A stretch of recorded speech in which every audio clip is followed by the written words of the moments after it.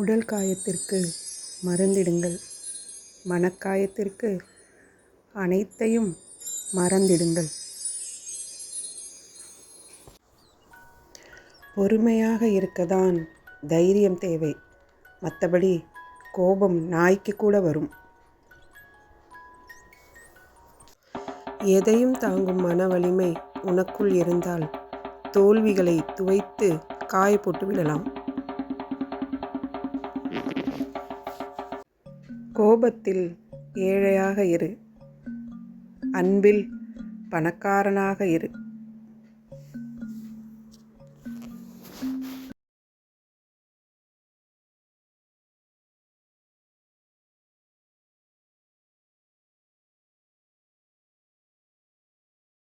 எப்படி வாழ்வான் என்பவர்க்கு மத்தியில் இப்படிதான் வளர்ந்தேன் என்று வாழ்ந்து காட்டுங்கள்.